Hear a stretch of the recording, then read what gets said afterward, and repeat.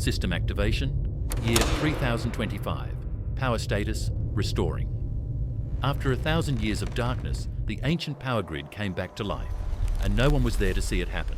This is the story of civilization's ghost, a network of metal and wire that refused to die. For 10 centuries, the grid slept beneath abandoned cities, its purpose forgotten.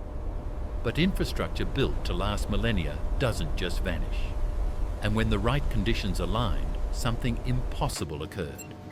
The lights turned back on, all of them, at once. It started at the old hydroelectric stations, structures engineered to operate for thousands of years. Their turbines, driven by endless rivers, had never truly stopped spinning. They'd just been waiting. Deep underground, geothermal plants continued drawing heat from the planet's core. Solar arrays, though degraded, still caught enough sunlight to trickle-charge backup batteries the size of buildings. When accumulated power finally crossed the critical threshold, automated black start protocols, designed by engineers a millennium ago, activated. The grid began resurrecting itself, section by section. The process was methodical. First, isolated power stations synchronized their frequencies.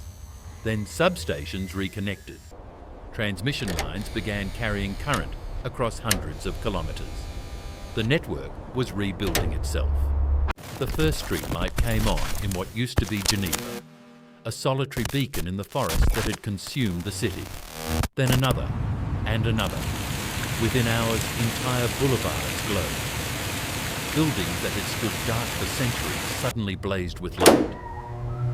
Windows that hadn't glowed in 1,000 years now cast golden rectangles across streets choked with vegetation. The city remembered what it was. But Geneva wasn't alone.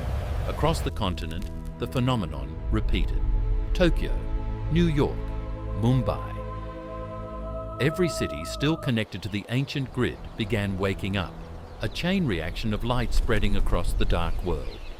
Or deep underground, metro systems illuminated abandoned tunnels. Trains that hadn't moved in millennia sat on tracks, their interior lights now burning. Escalators, frozen for centuries, didn't move, but their lights did. Digital systems proved more fragile. Screens that still functioned displayed corrupted data, fragments of the world that was. Stock tickers frozen at their last prices. News headlines from humanity's final days. Weather forecasts 1,000 years old. Traffic signals resumed their eternal cycle, directing no one. Red, yellow, green. A pointless dance performed for an audience of vines and birds. But the systems didn't know they were obsolete. They only knew their purpose. Water treatment plants reactivated, purifying and pumping water through distribution networks. Fire hydrants leaked at pressure joints weakened by time. Fountains, though still intact, erupted back to life after centuries of silence. In hospitals, emergency lights blazed. Operating rooms stood ready for patients who would never come. Refrigeration units struggled to cool rooms empty of medicine. The architecture of care, illuminated but purposeless. From orbit, defunct satellites still functional enough to observe witnessed something extraordinary. Earth, dark for a millennium, was lighting up.